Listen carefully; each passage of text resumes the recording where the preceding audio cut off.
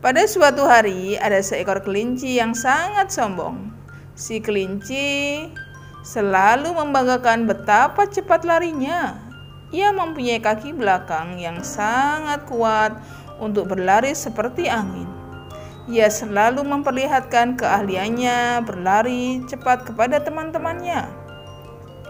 Pada suatu siang di dalam hutan, si kelinci berpasangan dengan seekor siput di pinggir sungai.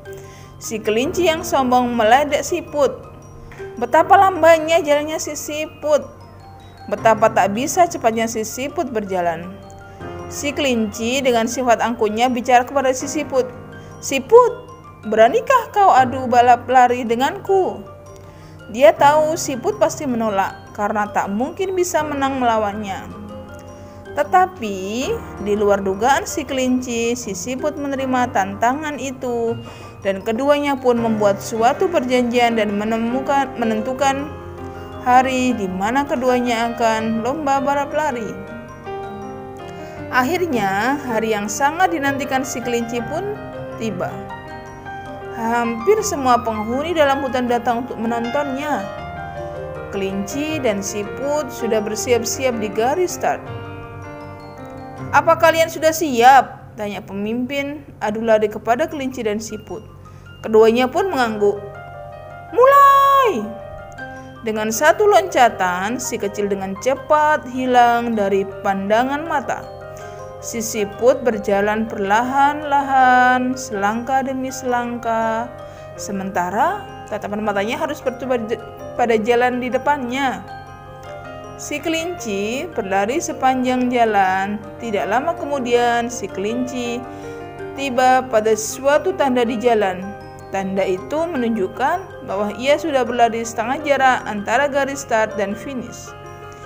Ia pun tak lagi melihat siput.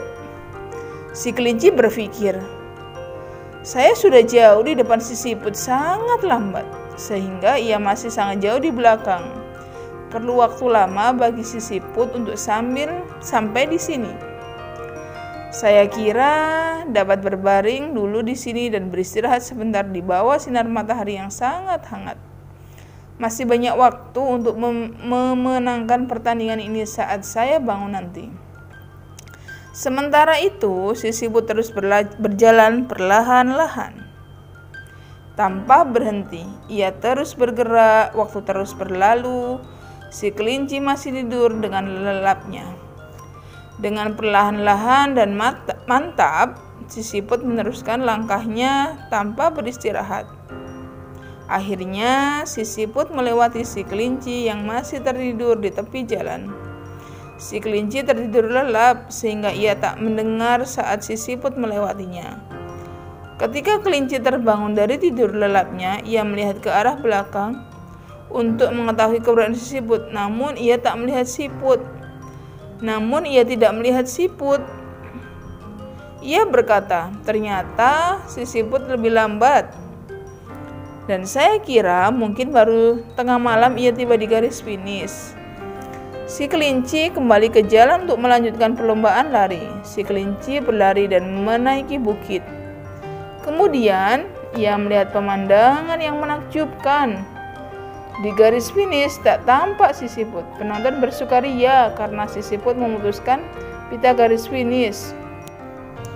Si siput diumumkan sebagai pemenang. Si kelinci menghela napas panjang dan si siput tersenyum. "Bagaimana? Kapan? Di mana?" gumam si kelinci. Si siput berkata, "Saya menyusul kamu ketika kamu sedang tertidur. Saya mungkin saja lambat, tetapi mata saya menatap tujuan dengan pelan dan mantap saat memenangkan perlombaan lari ini."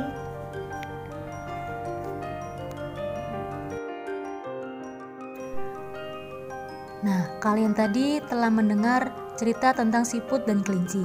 Cerita tersebut tertuang pada teks cerita yang terdiri dari beberapa paragraf.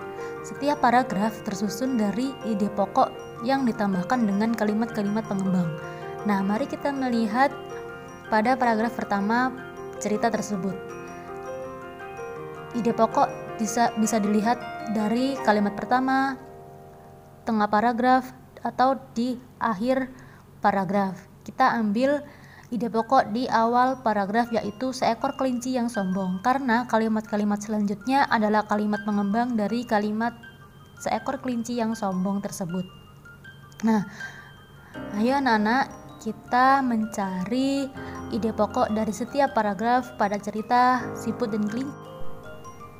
Nilai Pancasila yang terkandung dalam cerita Siput dan Kelinci adalah sila kelima Pancasila yang berbunyi keadilan sosial bagi seluruh rakyat Indonesia yang bersimbol padi dan kapas.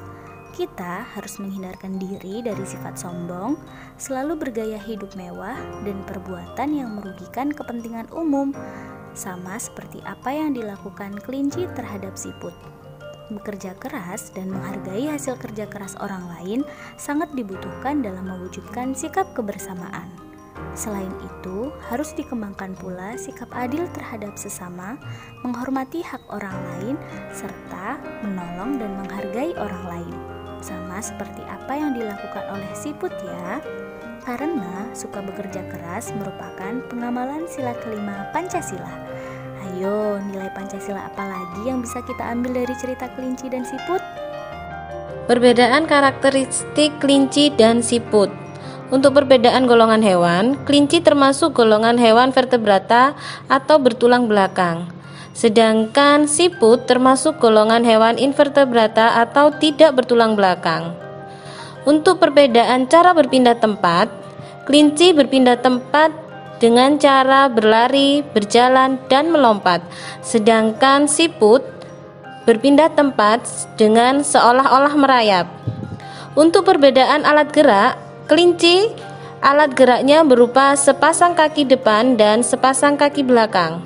Sedangkan untuk siput alat geraknya yaitu berupa otot kaki perut lebar dan pipi. Selanjutnya kita cari tahu kondisi geografis latar tempat pada cerita tadi. Kondisi geografis dapat berupa daratan dan perairan. Pada cerita tadi, si kelinci tadi berpapasan dengan seekor siput di pinggir sungai. Nah, di sini sungai itu merupakan perairan.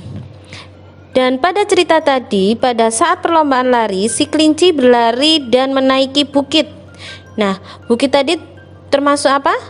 Betul, kalau bukit termasuk berupa daratan.